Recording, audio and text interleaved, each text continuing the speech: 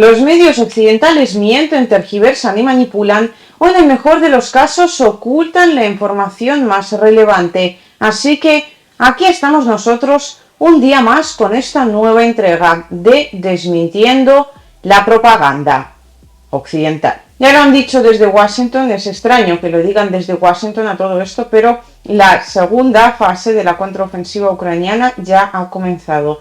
Obviamente esta segunda fase se debe a que la primera, o lo que es la contraofensiva, estaba fracasando rotundamente. Ahora se han hecho algunos ajustes de estrategia y se está intentando recuperar de alguna manera pues esos planes, ¿no?, que tenía Ucrania iniciales. Va a ser muy difícil, pero en definitiva lo que tenemos que destacar es que se ha activado prácticamente toda la línea del frente, con la diferencia de que si antes Rusia estaba únicamente defendiendo, ahora está atacando también en determinadas zonas. Y además los ataques cruzados entre Rusia y Ucrania se han intensificado de una forma, yo diría que sin igual. La semana pasada, la última semana de julio, habíamos visto múltiples ataques de Ucrania contra todo tipo de objetivos, eso sí, siempre civiles, dentro de Rusia. Hemos visto, pues por daros algunos ejemplos de lo más desoladores, de lo más incomprensibles, sobre todo en cuanto a la reacción de los medios occidentales a los mismos.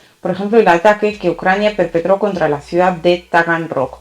Uno de los misiles no llegó, pero el otro sí dio en un restaurante donde solo había civiles. O sea, los mismos medios occidentales que, recordemos, en su momento denunciaron que Rusia había atacado un restaurante en Kramatorsk donde solo había mercenarios y soldados ucranianos. De hecho, ellos mismos lo decían en los vídeos que sacaban desde el lugar de los hechos, diciendo que solo había soldados debajo de los escombros. Esta vez solo había civiles debajo de los escombros y, sin embargo, los medios occidentales no han dicho gran cosa al respecto. La imagen es absolutamente aterradora, pero no ha sido solo Taganrog la ciudad atacada. Los ataques contra la ciudad de Moscú también se han intensificado. Los medios occidentales, obviamente, como no podía ser de otra manera, reportan que Ucrania ha conseguido alcanzar la torre, una de las torres más altas, de hecho, de Moscú. Es el complejo que en Rusia denominamos Moskva City, o bueno, Moscú City, que es como, bueno, Moscú ciudad, ¿no?, Moscú centro, y es pues un sitio donde generalmente suceden varias cosas. Hay un montón de espacios de trabajo, de estos pues tipo modernos, ¿no? También vive un montón de gente tipo blogueros o pues gente que quiere aparentar un determinado nivel de vida, gente que tiene también un determinado nivel de vida, y en particular pues no hay mucho más. Bueno, sí, había una especie de oficina secundaria del Ministerio del Desarrollo Digital, donde obviamente, como comprenderéis, no hay ningún tipo de militares, o sea, están trabajando funcionarios pues como si en vuestro respectivo país, en este caso pues cojamos el ejemplo de España, pues ataca una de las sedes del Ministerio de Agricultura. ¿Qué decirte? O sea, ¿qué culpa tiene esa pobre gente de que Ucrania quiera dar un par de titulares a los medios occidentales? Obviamente no tienen culpa ninguna, pero los titulares llegan. En Moscú la gente duerme con inquietud, aseguran desde esos mismos medios para los cuales estos ataques básicamente se organizan. Lo cierto es que ninguno de ellos ha supuesto ninguna víctima, más allá de un par de cristales rotos, y en ambos casos los drones fueron neutralizados, y cuando impactaron fue ya después de pues haber desactivado, ¿no?, esos mecanismos explosivos, es decir, que los drones pues básicamente no impactaron donde supuestamente tenían que impactar. Eso sí, una vez más, lo que estamos viendo es que Ucrania ataca objetivos civiles con el único objetivo de provocar un cierto beneplácito de los medios occidentales y sobre todo vender en su país que, según dice Zelensky, la guerra se está volviendo al territorio ruso, que era la consecuencia lógica.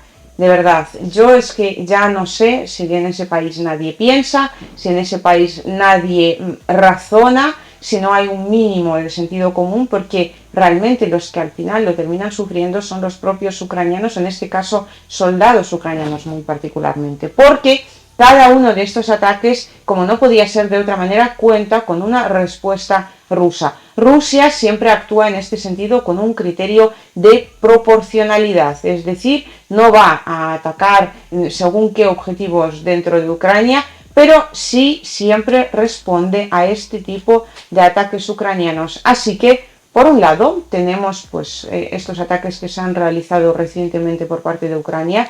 Os he citado los más impactantes en términos de titulares occidentales. Ha habido muchos más contra el territorio ruso anterior a la anexión de Donbass. Y por otro lado vamos a ver la respuesta rusa a los mismos y cómo se está transcurriendo la situación en el frente, que es precisamente lo que desde Ucrania con estos ataques se pretende tapar. Pues bien, Rusia en respuesta ha atacado múltiples objetivos estratégicos en diferentes partes de Ucrania, Zaporozhye, Dnipropetrovsk. Muy resaltable en este sentido la ciudad de Dnipropetrovsk, donde, según aseguran los medios ucranianos y por lo tanto occidentales, Rusia atacó un edificio residencial. Como ya hemos comentado en multitud de ocasiones y tenemos hasta un vídeo dedicado a esta cuestión en particular, el edificio residencial en Dnipropetrovsk fue derribado por la defensa aérea de Ucrania, porque lo que atacaba Rusia en esta ciudad fue la sede del Servicio Nacional de Seguridad de Ucrania. Para ver cómo funciona, pues también tenéis el reportaje que grabé con uno de los supervivientes de aquellos hechos en Donbass de los años 2014-2015. Lo grabé en el aeropuerto de Mariupol, que el Servicio Nacional de Seguridad de Ucrania en su momento básicamente convirtió en una cámara de tortura. Pues bien, lo que obviamente no cuentan en los medios occidentales es que el objetivo principal fue ese. Y además se vio como el misil ruso, creo que se trataba de un Iskander, entró por la parte oeste de dicho edificio y pues digamos penetró básicamente hasta el suelo. Y es que en este tipo de objetivos generalmente la parte más importante suele encontrarse precisamente en el subsuelo, o sea, en su parte subterránea. La defensa aérea ucraniana obviamente intentó interceptar este misil ruso, no pudo hacerlo puesto que las velocidades son muy diferentes y en general pues este tipo de misiles de largo alcance y alta precisión son muy complicados de interceptar, así que en un momento dado impactó contra un edificio residencial. Exactamente lo mismo ha ocurrido ya esta semana en Kryvyi Rog. Desde Ucrania han denunciado que Rusia ha atacado un edificio residencial. Lo extraño es que no hayan dicho absolutamente nada, ni desde los medios ucranianos ni desde los medios occidentales, de que Rusia efectivamente atacó así, a simple vista, un objetivo absolutamente civil. Sí, es sorprendente que yo lo diga, pero así ha ocurrido. Se ve que nos informan o sencillamente no os quieren informar con rigurosidad, porque lo que ha atacado Rusia es algo así como una institución educativa, no llega a ser un colegio, es como, yo diría que una institución dedicada a la formación profesional, porque es algo como intermedio, la figura sería así, formación profesional, es algo intermedio entre lo que es la universidad y lo que es el colegio barra el instituto propiamente dicho. Porque dicho edificio, como acostumbran a hacer las fuerzas ucranianas, fue convertido en una base de las tropas ucranianas. Ahí había soldados ucranianos. Es precisamente por ello por lo que en los medios occidentales esto no sale. Claro, ¿qué van a decir? Rusia ha atacado una institución educativa en Ucrania porque dentro de la institución educativa había soldados ucranianos. Y es que, claro, básicamente ubicar soldados dentro de este tipo de edificios barra instituciones es un crimen de guerra. Y no lo digo yo, lo dice el derecho internacional, y es precisamente por ello por lo que los medios occidentales prefieren callar al respecto. Y claro, un misil impactó en esa base y un segundo misil que Rusia no lanzó impactó contra un edificio residencial. Supongo que no hace falta que sigamos con el acertijo para comprender que fue, una vez más, muy probablemente un S-300 ucraniano, pues esa defensa aérea que ha intentado interceptar el misil ruso.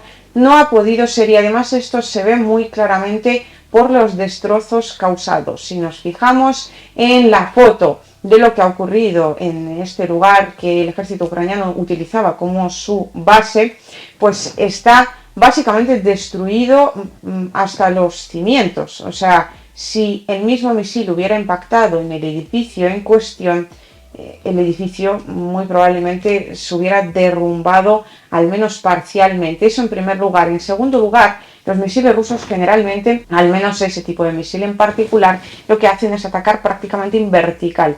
De ahí, de hecho, que en esa sede de la Seguridad Nacional de Ucrania viéramos pues que haya atravesado, ¿no?, el edificio prácticamente hasta los cimientos. Sin embargo, la defensa aérea ucraniana generalmente, cuando no consigue pillar el misil ruso, lo que hace es aumentar la velocidad y ataca en horizontal. Se choca contra el edificio en cuestión, que es básicamente lo que estamos viendo en esa imagen, ¿no? Estamos viendo que los destrozos principales han sido causados como desde arriba, ha sido algo que ha impactado en los pisos superiores del edificio en cuestión. Así que un bulo más que tenemos que desmentir desde aquí. Y todo lo que hemos estado comentando anteriormente tiene básicamente dos, consecuencias / reflexiones, conclusiones que se podrían hacer. La primera, Ucrania ahora ha intensificado sus peticiones de defensa aérea, básicamente porque su defensa aérea no hace más que derrumbar edificios y vemos perfectamente que no consigue interceptar la gran mayoría de esos misiles o drones rusos que se dirigen contra objetivos estratégicos dentro de dicho país. Eso, por un lado, muy probablemente intensifiquen aún más esas peticiones, aunque los sistemas de defensa aérea, no es que sean demasiado efectivos, sean ucranianos o occidentales, puesto que ya vimos que los Patriot, muchos de ellos fueron destruidos de forma absolutamente exitosa por Rusia. También un sistema de defensa aérea de producción española lo fue pues hace no tanto, de hecho es el único sistema de defensa aérea española que había en Ucrania y que ya pues está inhabilitado. Y en segundo lugar, obviamente tenemos que remontarnos a lo que está aconteciendo ahora mismo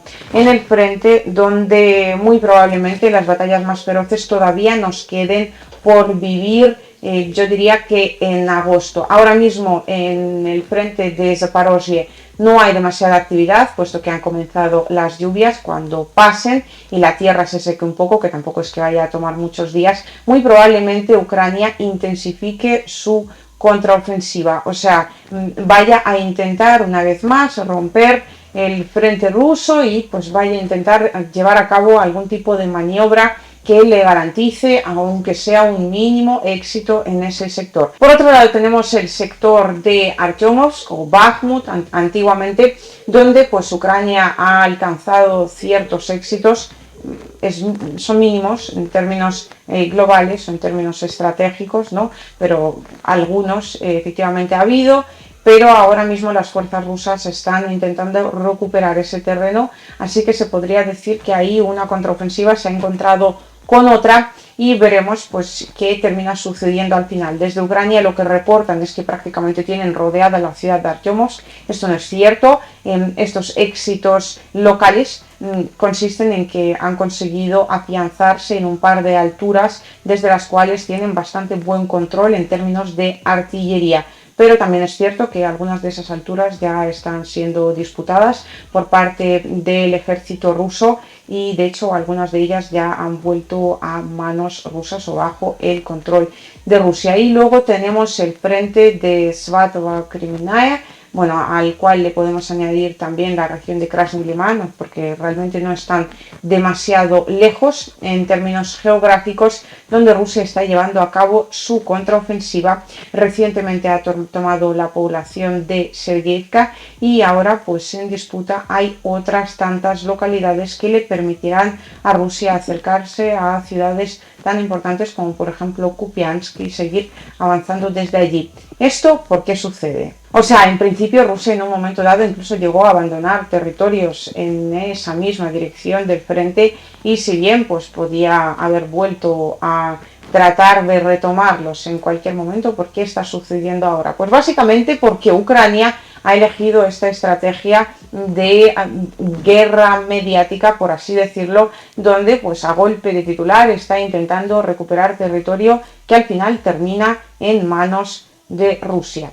Esto quiere decir que pues atacando las poblaciones, pues como por ejemplo la región de Belgorod, ¿no?, que es cercana a esa zona del frente, Ucrania obliga a Rusia a seguir avanzando hasta crear el suficiente espacio de zona gris para que estos ataques al final no terminen llegando al territorio ruso. Es cierto que Rusia lo que lleva a cabo, ya sabemos que es una guerra de desgaste, está avanzando de a poco, sí, repito, si bien la contraofensiva se ha reactivado y además se ha reactivado por duplicado desde el lado ucraniano y desde el lado ruso, los combates más fuertes todavía están por llegar. Muy probablemente los veremos en agosto y allí pues habrá que sacar conclusiones de si esta contraofensiva que Ucrania inició el día 4 de junio ha tenido éxito o no.